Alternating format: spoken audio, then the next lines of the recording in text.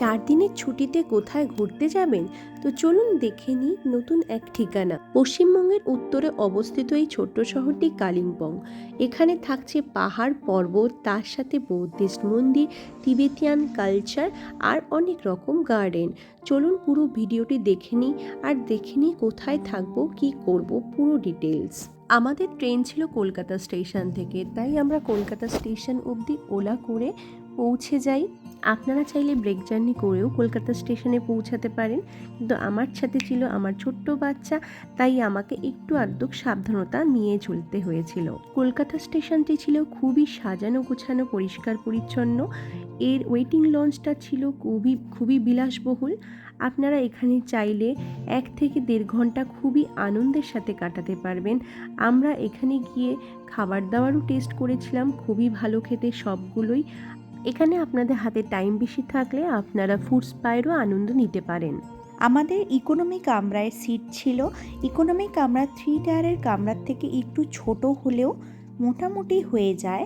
যদি বাচ্চা নিয়ে ট্রাভেল করেন তাহলে চেষ্টা করবেন যে সাইডের সিটগুলো নেওয়ার জন্য। আমাদের সাইডের সিট একটা ছিল, তাই বাচ্চা নিয়ে যেতে অসুবিধা হয়নি। নিউ ট্রেন এক্সপিরিয়েন্সের জন্য আপনারা একবার হলেও ইকোনমি কামরায় ট্রাভেল করতে পারেন। এছাড়া আমাদের ট্রেন খুবই পরিষ্কার পরিচ্ছন্ন ছিল, টয়লেটগুলো খুবই পরিষ্কার যতক্ষণ আমরা ইউজ করেছি, তো সব দিক থেকেই ভালো ছিল। যাই হোক, রাতটুকু আমরা খেয়ে শুয়ে পড়েছিলাম এবং পরের দিন 12টা নাগাদ আমাদের ট্রেন পৌঁছে যায় নিউ জলপাইগুড়ি স্টেশনে। জলপাইগুড়ি স্টেশনে নামার পরেই আপনারা প্রচুর গাড়ি দেখতে পাবেন, আর সব গাড়ির লোকগুলোই ছুটে আসবে আপনার দিকে। বাট আপনারা খুব তাড়াহুড়োর মধ্যে দরদাম করবেন না, এখানে দরদাম খুবই ভালো মতো হয়। আমাদের প্রথমে কালিম্পংয়ে যাওয়ার জন্য 3000 চার্জ করেছিল, আমরা সেটাকে দরদাম করিয়ে 2200-তে আনতে পেরেছিলাম। তো এটা সম্পূর্ণ সিজনের উপরে, আপনারা চেষ্টা করবেন যতটা কমানো যায়। যাত্রাপথের প্রথমেই একটা ফরেস্ট পড়েছিল, সেই ফরেস্টটা নাকি মিলিটারি ক্যাম্প আছে, আর এটা মিলিটারি মেনটেন করে।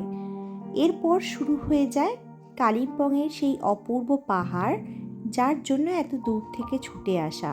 গাড়িতে বসে বসে এই সাইডের সিনারি দেখতে এতটাই সুন্দর লাগছিল, যার থেকে মনে হলো এই কথাটা বলতে যে গন্তব্যস্থলের থেকে যাত্রাপথই বেশি সুন্দর হয়। এনজিপি থেকে কালিম্পং যেতে মোটামুটি 4 থেকে 5 ঘন্টা মতো টাইম লাগে। আমাদের একটু বেশি লেগেছিল কারণ রাস্তা খারাপ ছিল। তারপরে মাঝখানে কিছু সাইট সিনের জন্য আমরা দাঁড়িয়েছিলাম। সব মিলিয়ে একটু টাইম বেশি লেগে গিয়েছিল। আমরা মোটামুটি 6টা নাগাদ আমাদের হোটেলে পৌঁছাই। আমাদের হোটেলের নাম ছিল প্যারাডিসো। এটি কালিম্পং বাস স্ট্যান্ড থেকে 2.7 কিলোমিটার দূরে অবস্থিত। আমরা রিজার্ভ করে এসেছিলাম বলে হোটেল অবধি গাড়ি পৌঁছে দিয়েছিল। আপনারা যদি শেয়ার কার করেন তাহলে বাস স্ট্যান্ড থেকে 250 টাকা পার হেড হিসেবে এরা নিয়ে আসে। হোটেল থেকে পুরো শহরের ভিউ তো অবশ্যই দেখাবো, তার আগে হোটেলের ভিউটা দেখিয়ে দিই হোটেলটা কেমন ছিল। তো এখান থেকে রাতের শহর দেখুন কতটা সুন্দর দেখতে, পুরো শহর দেখা যাচ্ছিল। আর এটা একেবারে চূড়ায় ছিল, যার জন্য আমাদের ভিউটাও খুব সুন্দর হয়েছিল।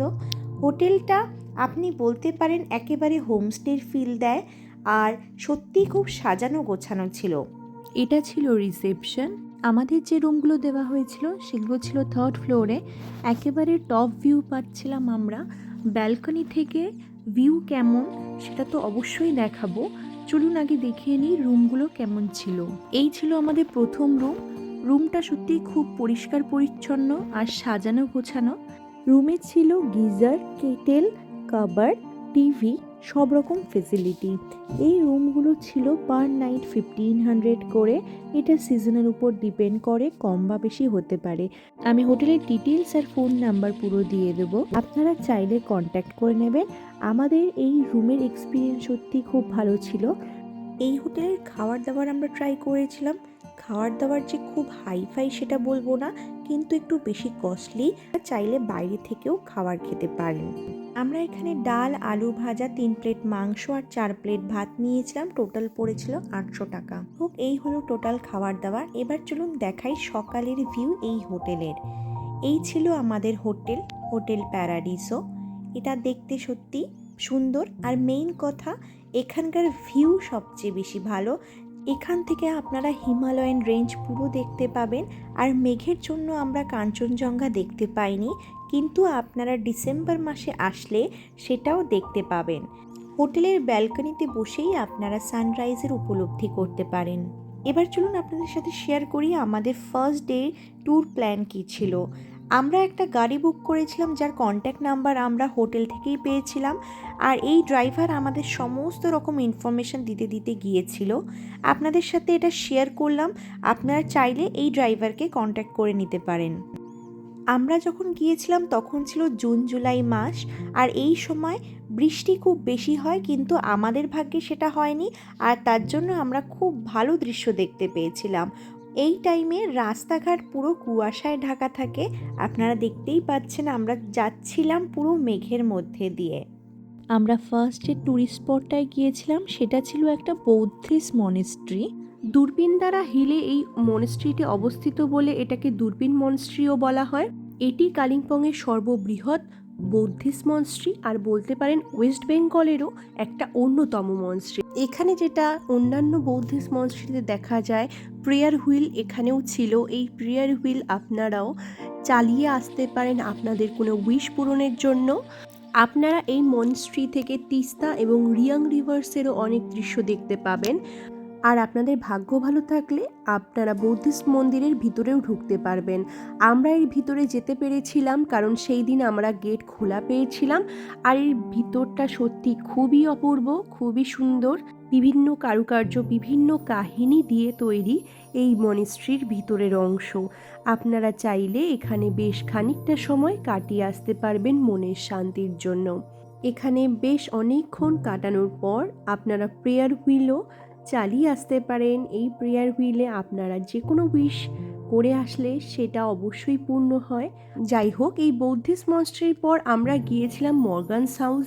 মর্গানস হাউসের একটা কাহিনী আছে, যেটা ভুতুরে কাহিনী বললেও ভুল হবে না, বাট আমি সেই সবে যাচ্ছি না। বলে রাখি, জর্জ মর্গান নামে একজন ব্রিটিশ ধনী ব্যবসায়ী এই বাড়িটিকে কালিম্পংয়ে এসে কিনেছিল।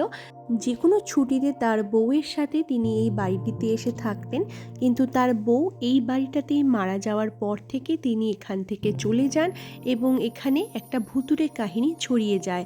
যাই হোক, আমি সেইগুলোতে যাচ্ছি না।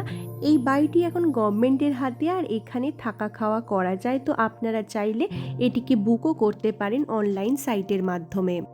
এখান থেকে আমরা চলে গিয়েছিলাম পাইন ভিউ নার্সারিতে। পাইন ভিউ নার্সারিতে খুবই সুন্দর সুন্দর ক্যাকটাস গাছ থেকে শুরু করে বিভিন্ন ধরনের পাহাড়ি গাছ ছিল। আপনারা এখানে এসে বিভিন্ন ধরনের গাছের অভিজ্ঞতা নিতে পারেন। আপনারা যদি গাছপ্রেমী হয়ে থাকেন, এখান থেকে আপনারা গাছও কিনতে পারবেন। আর আরেকটা কথা বলে রাখি, এই পাইন ভিউ নার্সারিতে থাকা খাওয়ারও ব্যবস্থা আছে। আপনারা চাইলে এখানেও থাকতে পারেন। কিছু সুন্দর সুন্দর ক্যাকটাস গাছের দৃশ্য রইল আপনাদের জন্য। জায়গাটা অবশ্যই ঘুরে দেখবেন। এরপরে আমরা চলে গিয়েছিলাম হনুমান পার্কের উদ্দেশ্যে। হনুমান পার্ক দেখতে হলে আপনাদের 200 মিটার মতো ওপরে হেঁটে চড়াই উঠতে হবে, আর তারপরেও কিছুটা সিঁড়ি থাকে, সেগুলো ওঠার পরেই আপনারা দেখতে পাবেন 30 ফুট উঁচু হনুমানের স্ট্যাচু। আর এর আশেপাশের পারিপার্শ্বিক সিনারি এতটাই সুন্দর যে সত্যিই আপনাকে মুগ্ধ করবে।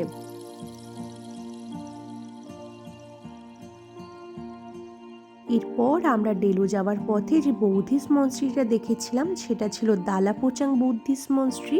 এই মনেস্ট্রির অন্যতম আকর্ষণ হলো একটি বিশাল আকার বৌদ্ধিস্ট মূর্তি। এই স্ট্যাচুটি পদ্মাসম্ভবা স্ট্যাচু নামেও পরিচিত। এই মনেস্ট্রির সামনেই আপনারা একটা রেস্টুরেন্ট পেয়ে যাবেন, সেখানে খাওয়া দাওয়া সুন্দর, আপনারা চাইলে খেতে পারেন। পর কালিম্পংয়ের মেইন আকর্ষণ ডেলো পার্ক, তার উদ্দেশ্যে রওনা হয়েছিলাম। আর এইটা ছিল সেই ডেলো পার্কের অপূর্ব দৃশ্য। খুব সুন্দর করে সাজানো এই পার্কটি, চারিদিকে পাহাড়ি ফুল, গার্ডেন আর ঝাউ গাছ সব মিলিয়ে কি অপূর্ব এক সৌন্দর্য। এই ডেলো পার্কের এন্ট্রি প্রাইস ছিল 20 টাকা পার হেড। এক বিস্তীর্ণ এলাকা জুড়ে তৈরি হয়েছে এই ডেলো পার্ক। এই ডেলো পার্কের প্রায় অর্ধেক অংশে এই সুন্দর সুন্দর ফুলে সাজানো। আর উপরে গেলে আপনারা সেখান থেকে পাহাড়ের ভিউ দেখতে পাবেন, সেটাও আপনাদেরকে অবশ্যই দেখাবো। আপনারা চাইলে এই সুন্দর পার্কটার মধ্যে আপনাদের কিছু দিন কাটাতেও পারেন। এখানে একটা গভর্নমেন্ট ঘর আছে যেখানে আপনারা থাকা খাওয়া সব কিছুই করতে পারবেন। এই সেই বাড়ি, গভর্নমেন্ট সাইটের মাধ্যমে এটার বুকিং হয়। আর এই হলো ডেলো পার্কের টপ ভিউ, যেখান থেকে আপনারা নিচের সব পাহাড়, বিস্তীর্ণ পাহাড়, নদী সব কিছু দেখতে পাবেন। আমরা যে টাইমে গিয়েছিলাম সেটা ছিল বর্ষার টাইম, তাই জন্য চারিদিক মেঘে ঢাকা ছিল, খুব বেশি পরিষ্কার না, কিন্তু নিচে আপনারা তিস্তা নদী দেখতেই পাচ্ছেন। আর এই পাহাড়ের চূড়ায় বেশ কিছুটা দিন অনায়াসেই কাটানো যায়।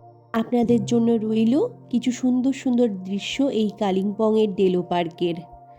এটাই ছিল আমাদের প্রথম দিনের লাস্ট স্পট। এখানে আমরা বাকি বিকালটা, বলতে গেলে সন্ধ্যাটা কাটিয়ে তারপর বাড়ির উদ্দেশ্যে রওনা দিয়েছিলাম। এরপর আপনাদেরকে দেখাবো সেকেন্ড দিন আমরা কোথায় কোথায় ঘুরেছি আর কি করেছি।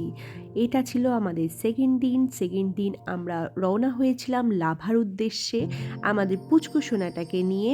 আর লাভা ছিল বীভৎস ঠান্ডার একটা জায়গা। আপনাদেরকে বলবো অবশ্যই খুব বেশি প্রোটেকশন নিয়ে তারপরে আপনারা লাভার উদ্দেশ্যে রওনা দেবেন, যদি আপনারা শীতের টাইমে বা বর্ষার টাইমে আসেন।